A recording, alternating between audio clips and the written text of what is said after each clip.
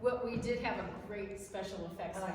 He was great, and yeah, so he knows. A lot of practical effects in the movie, so a lot of the things that you're seeing there's not CGI. It's enhanced a little bit with some compositing, but a lot of it, blood and all those things are all real on the set. So blood everywhere.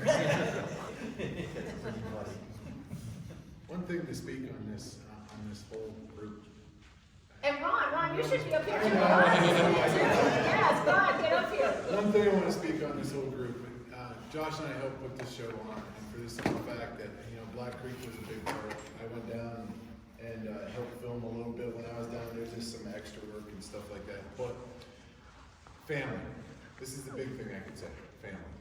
And I say that because you got people from all over the world sitting up here on the stage right now. You got people from Greece, Australia, UK, all over, and they came together for the simple fact of Black Creek. And when you have a family behind something, it means a lot more to a lot more people. And passion builds quality. That's the best thing I can say. Passion builds quality. Black Creek family page, I think there's 90 people on it, right? And everybody just stays together and talks, and I think everybody here, I know everybody here has made lasting friendships. Lasting friendships. Yeah. Yeah. This man right here and I were just talking about it. Yeah. It's like, he goes, "You're 45?" I go, "Yeah, I'm 45." It's his age. I was like, "Yes!" Nobody else really looks the age. I was wrong about everybody by at least a decade all the time. That's what martial arts do. So you also met on this Black Creek project? I think those four in the center knew each other. From before. That's Cynthia, Robert, Keith, and Marlon, but everybody else, I don't know the storylines behind it, but I think we pretty much all met on Well, we that. kind of met, like Chris, I did a seminar in Australia, he's from Australia, and we were talking and said, yeah, you should come and be in the movie. And I'm thinking, he's thinking, yeah, I'm not going to come, he's coming from Australia, but we had, how many people come from Australia? 4 of us. 4? Yeah. So you count the little girl? And the little girl too. And a little girl. Yeah, 4 people in it, and then, we had a couple people from England, and we had Serbia, and, where else did we have? We had Switzerland. Germany, a stunt team came from Germany.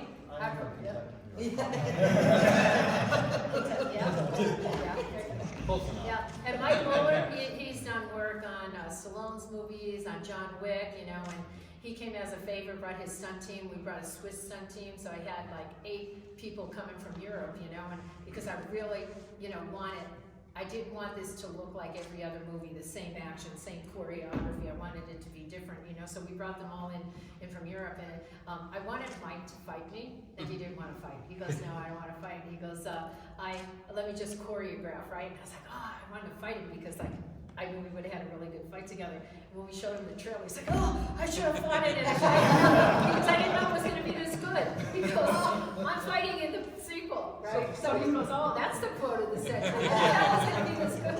So who did you fight? Huh? Who did you fight? Who do I fight? Yeah. I fight Richard Norton. I fight Marcus Taylor. I fight Chris. Yes. I fight Alchemy. Wow. Who else? Anybody else here? Benny Arcadius? No, I don't fight Benny. The cool thing about Benny and Keith Vitale fight, Yeah. and they are 2 champions, Yes. real kickboxing champions. Who fought each other for real. Action stars that fought each other for real, and they loved it. They said, "This is so amazing, bringing us back together." It's Wheels on to Meals, fight. I think right? that, Because they were in Wheels on Meals, and they didn't fight. They were friends. Yeah, in Wheels. exactly. Now they And fight. after so many years, Yeah. they did it.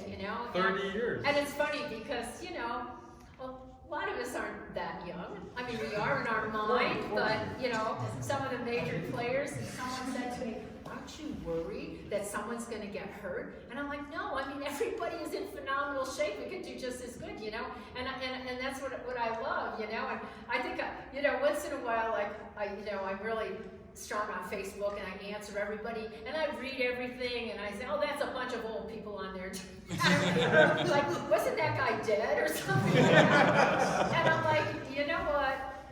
You could go against these guys right now and they would like kick your ass, you know, and it's like, what's it, well, I get defensive, but, you know, I hope this is good, you know, because it's kind of like the Expendables, right, of martial arts, but people can fight. This guy here, right, he's gonna be in the sequel doing a lot more fighting, right, because he really had a big acting role, and it was, he did, you know, honestly, everybody here that was in it, I couldn't say I wish I had someone else to play that part, right? They just brought it on. Wait till you see his acting. I mean, yeah, it's so phenomenal. So he's gonna be a different character, a whole different look in the sequel, right? And do a lot of fighting because, and you know, it's good because you know people was like, oh my God, Keith can kick like that, and this, and I'm like, yeah, you know. So well, some of the you know accomplishments of this film are. You know, it's the second most funded action film of all time on Kickstarter. The graphic novel was a huge success, surpassed all the goals there. We have Richard Norton, Keith Cook, and Cynthia back together since China O'Brien. Plus, sprinkle in Don the Dragon Wilson, Benny Urquidez, Keith Vitale. We have all these amazing fans who became an integral part of the movie and brought their energy and their talent to this.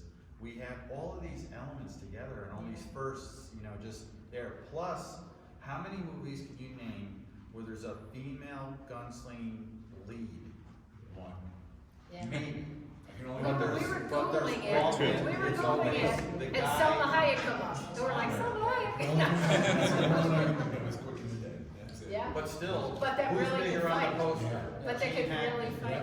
Yeah, Yeah. because Still she, Gene Hackman. yeah, she had some actors that was definitely carrying her. Yeah, But yeah, they still on the poster made him bigger than her. Yeah. I'm just saying, it's like they never Yeah. make the woman the top tier. I got one question. This is just because it's kind of curious, but what would you consider your most successful path in the Kickstarter program? Like, how do you think once you launched it, was it the fan base for you, Cynthia, that just came running? yeah, and it's Okay. funny because Kickstarter says, Facebook is your lowest, people that would come in on it, right? The number one is Kickstarter, right? And they tell you how many people came in from this, how many people came in from that, and our majority was from Facebook. Wow. Yeah, it was fan. And you know what's funny is after we did this, so many people wanted to do a Kickstarter program. Oh my God, Cynthia raised all this money. We're gonna do it. We're gonna do it. And like I've known 3 people that didn't even make their goal. You know, because on Kickstarter, if you don't make your goal, you get nothing.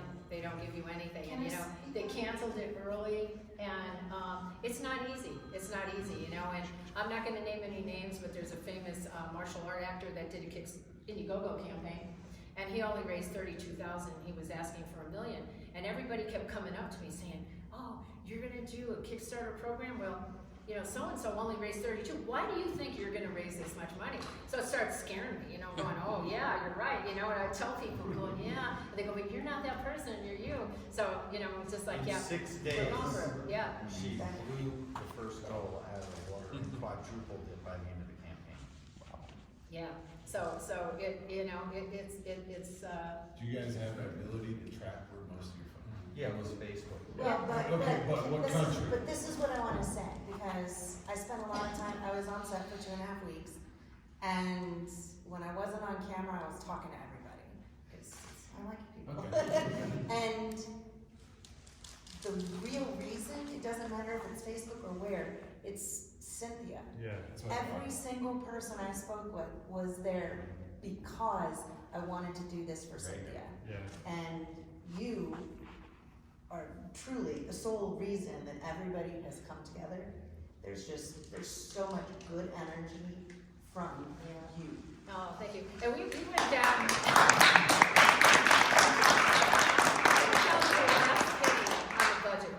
We went down to the last penny, and we're like, oh my God, nothing else can happen. And we needed Keith for a couple more days, right? And I was like, oh my God, I'm like, Keith, can we use you for a couple more days? I said, we don't have any money to pay you, but I'll pay you know, your airfare back, which was like double the fare, right? Just to go back, and your hotel. And he's like, sure, because I wanted the part. You know, we have people like that, you know, and all these people, like I said, you know, I was talking to the guy in Germany, and I said, you gotta use Keith, you gotta use him in a movie. I said, he's such a team player. Then they called him up, and they said, yeah, you know, we'll use him in the other one, you know, and everybody here was just like, And I also have to mention the Marlo Pagnetti Company. I mean, Yeah. they're helping with all our post-production, and they came on board as an executive producer. The guy that owns that company, huge fan of hers, and he said, I'm gonna help out with, you know, what you guys need. I have your back. I have your back, no matter what it takes. Yeah. We're gonna get this done. yeah, so, yeah, when it comes out, we're having a premiere in October 5th. We're waiting for the final confirmation, but it's 99% sure. Just waiting for the dotted line design at the Paris Hotel. If anybody wants to head out there, tickets will be on sale. It's in conjunction with Black Belt Magazine. Black Belt Magazine is our sponsor. Black Belt Magazine is taken over by George Chung, who is recreating Black Belt Magazine. It's going to go back to hardcover page, and I think June will be their first issue. And they're bringing back the Black Belt Hall of Fame. Black Belt Hall of Fame is the most prestigious Hall of Fame you could be in.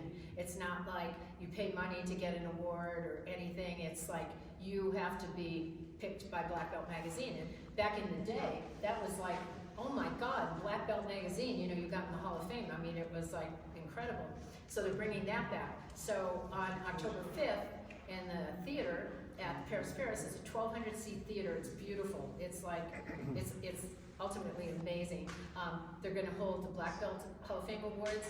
Then we're gonna have our screening. We're gonna have a panel, and then we're gonna have a VIP party for everybody after that. And tickets will go on sale for the whole weekend. They'll have like trade shows, and they'll have seminars, different kind of seminars. Century might be doing their super show there for one day, so it's going to be a whole weekend of events, and we're glad to be, you know, part of it, because we couldn't ask for a better opening or premiere, you know, and all these people are going to be there for it too. And by the they're way, gonna be up with Black us. Belt Magazine just named Cynthia on the list of the #1 most influential woman in martial arts.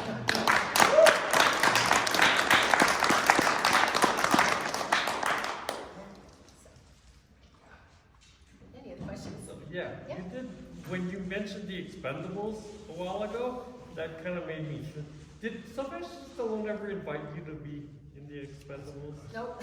No? No. Oh. Oh heck, if he did, I would be in it. Well, Oh no, I don't think I want to be in that. I got another idea.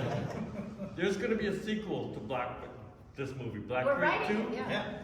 Writing Sylvester Stallone apart. So he'll be in your movie. Well, you know, it's funny because like people are like, well, why don't you put Jackie Chan in it? I'm Yeah. like, Jackie Chan airplane would be more expensive to fly over. You know, and you know what? We kind of made, at first, it started that way, the cast smaller, because we knew we didn't have a bigger budget, you know, and we had so many people, and like, there's so many friends of mine that, you know, I would have loved to put in it, but we couldn't put, you know, we only had like these major leads, right, to go in. So, in the sequel, you'll see a lot more people, you know, that are friends of mine that will be in it. I got a question. Who you eyeballing for the sequel? Well, Just I spit out a few know, names. well, Keith is definitely gonna be in it. Lauren Avedon, we're Okay. talking to about it. Awesome. Maybe the Reed brothers, you know, they might be in it. Kurt McKinney, Okay. Matthias Hughes. Okay. Who else? We'd like to get maybe Danny Trejo or somebody like that. Yeah, well, you know, it depends on our budget, what our budget is. But, Any Hong Kong people? Like Samuel Yun Miao besides Jackie? again, do you know, I once contacted Corey Yoon. I love Corey Yoon. He directed a couple of films of mine, one of my favorite directors to work with, and he was in town doing a Jet Li movie. And at this time, he wasn't that known, and I was like, ooh. And I was doing, what was that movie called? The one I shot in Puerto Rico. Outside the Lawn. Oh. I was doing Outside the Lawn, and I was like, oh, maybe I could get Corey Yoon to direct it, right? So I got through him, I called him up, and I said, oh, I'm doing this movie, you know, and he's like, what's your budget? He goes, no. He goes, no. He goes, my salary is higher than your budget. And I went, just his salary, so that's okay. And he said to me, he goes, why don't you just take all the scenes from Yes, Madam and just copy them and do them over? And I was like, that's not easy, you know, you need that whole Hong Kong stunt team, and we shot Yes Man in 8.5 months. I said, you know, that's a little hard, but, you know, if we had like probably a $20 million picture, Budget, you know, you yeah. do it, yeah. So, There but, are angel investors. you know, but the thing of it is that, you know, we, honestly, the love that we've had from this little film, it means more to me, and like, one of our guys that was in it, Alan Moser, he's in the trailer, right, and he keeps asking me like, when's the trailer, right, and I said, well, you're in the trailer, right, and I said, you're pretty predominant in it, and he goes, when can I see it, so I said to Robert, I said, can we call him and Zoom it, and he just started crying. He just literally had tears coming out of his eyes, you know, and he was like, this is my dream come true to do this, and that's, to me, what it's all about. It's not, it's doing a good movie, but just bringing all these people together and doing it just feels so good. Like, you know, of course we want to make a lot of money on it, but just, you know, just to help everybody out and to, you know, bring this family together, you know, has been mean more than anything to me, you know, to do it, yeah. Cool. Oh, sorry. I was just gonna say, I predict this will be successful. So that's all, go ahead.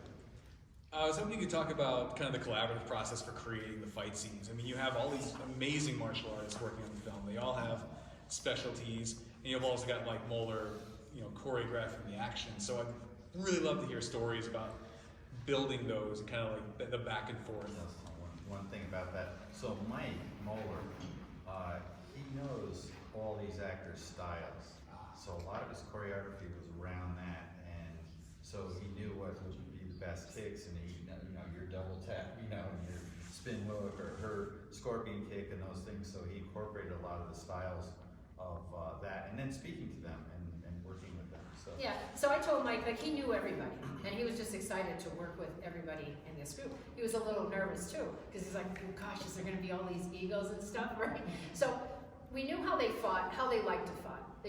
I know Don Wilson, I know what he likes to do, I know what he doesn't like to do. So I would tell that to Mike, and I'd say, just kind of choreograph something maybe that's a little bit different, you know, that you haven't seen it before. And he sent everybody clips of choreography, and I told everybody, like, you know, Keith Vitale, I said, okay, look at this, is there something in there that's not, you wouldn't be comfortable? Like, yeah, I don't wanna fall on my knee, I got a bad knee, okay, cool, let's just take it off and let's change it to another move.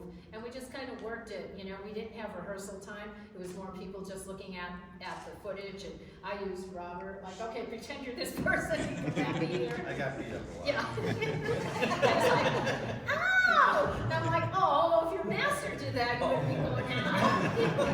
He's hard. She has no idea. This is like a teddy bear with a box of tire irons inside of it. She is not human. The bones in there are like steel bars. And just, you get hit by anything from this, you will know. It's like a Terminator robot. It's like a living legend. Yeah, it's like a fuzzy teddy bear that can kill you.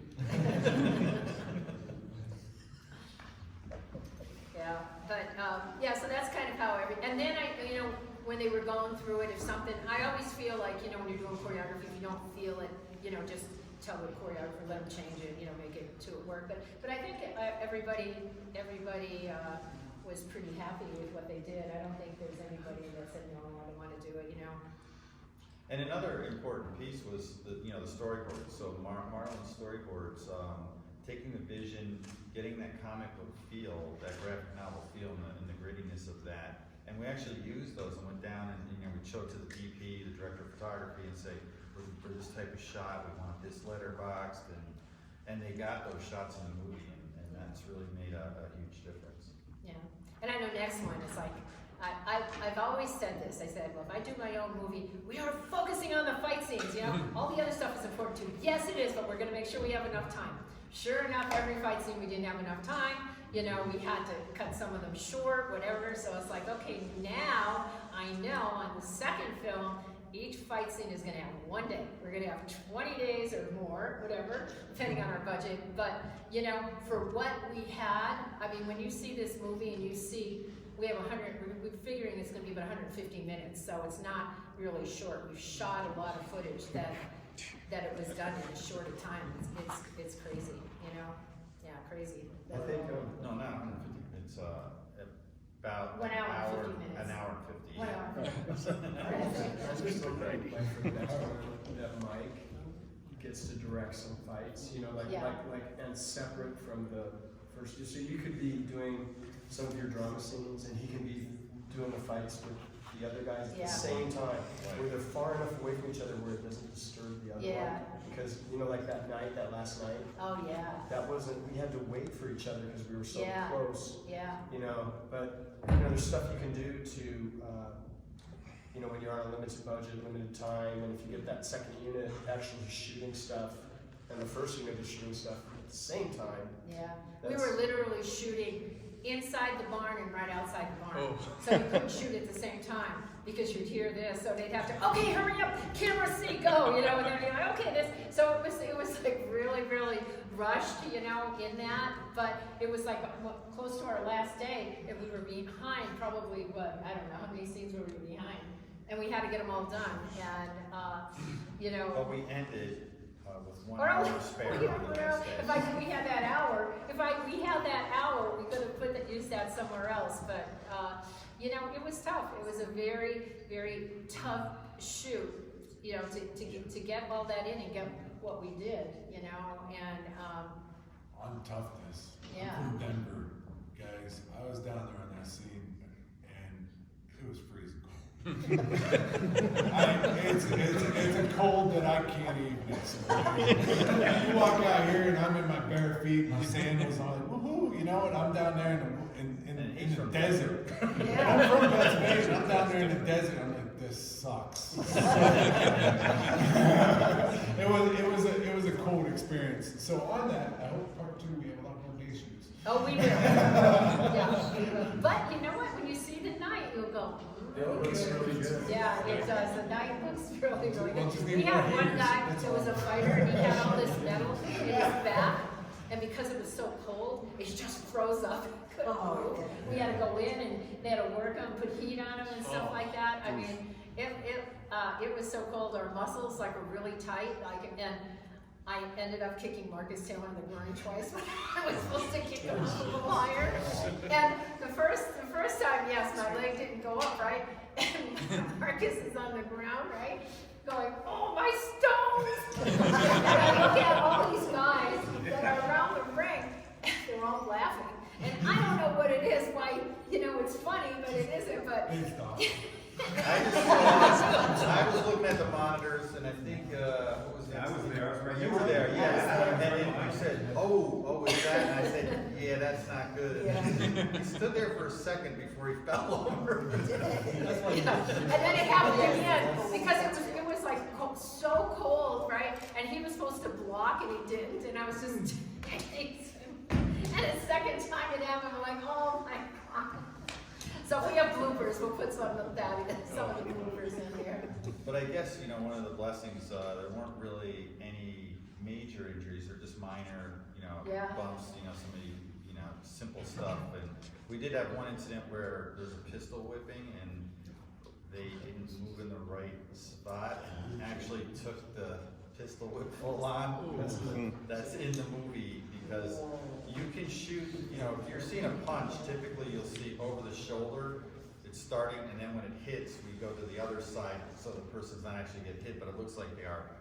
This had the cameras on both sides, and we actually got the hit, and it looks useful, that little clip, and he went, wow, that's, I've never seen. I said that before he told me. Yeah, because wow, that looked Wow, that real. was a nice pistol. Wow, that looked real. And the day everybody is coming to the set, Richard Norton's flying in from Australia, and he said, hey mate, I ripped my calf muscle. And I'm like, oh my God. So he comes in and he can't even walk, and it's like, oh, and it was the third day, him and I had the major ending fight scene. So we had to change it, all of it. Yeah, we changed it, well, we went to fourth day instead of the third day. It wasn't much of a change. But like, you know, we had to put him more rough hitting with the hands and the stick and the staff, because he couldn't, he couldn't like. But you know what? So if you see him like limping a little Yeah. bit, it's his character now, we're like, okay, And he has this He has like scepter, a stick. so it kind of fit, and it actually works with his character that he's got this kind of limp when he comes over to people now, so it looks a little bit more ominous. Yeah, we have this scene where he's coming down the steps, you know, he's like, and we're all there like, you know, oh, we need to redo that take. That's great. Yeah. Yeah. For your comic, have you used a lot of your like fans and stuff to help write it, like To write it? or like get questions about like to answer those? Like, Well, we co-wrote it. We had one other writer, and- so, and there was- yeah. Yeah. And they did want your character to live, but they got outvoted. Yeah, I was like, no, she has gonna die. to die because that's so Character traumatic, you know, because I wanted to thrill it, and it was like, you know, everything was nicey nice, and I was like, no, I don't want nicey nice in this film. But, yeah. I want the villain to be really bad and sadistic, and I love it. I love the way she does. It's one of my favorite scenes in the movie. You'll see. Yeah, the line producer said, I've never seen anything like that. From the sick mind of Cynthia Rothrock. But one of the other interesting things is, you know, we did write in, there's a scene with a scorpion, a tarantula, and a lot of rattlesnakes. And when you're writing this stuff, you're thinking, oh, well, they just bring those rubber snakes in, or they CGI that in later or something, or get some stock footage. And then I see this guy coming, and I'm like, what's that band? And they're like, oh, he's got the snakes. I went, no, he's bringing all, there's 9 rattlesnakes coming. Yeah, he brought real rattlesnakes, and we did not need to put Yeah. the sound effect in because they were all. So we're gonna go to CGI, but it's funny because when They're you're doing real. a movie, you have to pay for every one of those snakes, and you gotta pay for the handler, and you have to pay the scorpion, and you gotta pay for the tarantula Then the too, bug guy and then you gotta pay for the handler for the bugs. Yeah, and then the bug guy came, you know, he's like, Make sure well, you don't get hurt. I got this tarantula, and then he's like, what kind of scorpion you want? And I went, you brought more than one? He's like, yeah, I got a stack of every color and size. And I'm like, well, that one looks pretty nasty. But yeah, they have all that stuff's real. It was all brought to the set. So instead of us moving the Black Creek photo op upstairs, we're actually just gonna keep it here. Right here. Yeah. We're gonna keep it easy. Keep it easy. And the way that I got it for all you folks who are sitting here in the room, thank you. Digitally, we're gonna go ahead and take a picture of whoever wants to make a line, get their photo with it. I will do that digital copy for free. If you want a printed out copy, we'll go ahead and charge you a photo op copy and we'll be done. Good to go? If you want a photo, here's the spot. So what should we do? Should we just all like stand down here? Yes, I figure we'll try to group as much It's as like- possible and then we're like gonna do the classroom classroom photo. picture. Yeah, class picture a little bit here. People in the bottom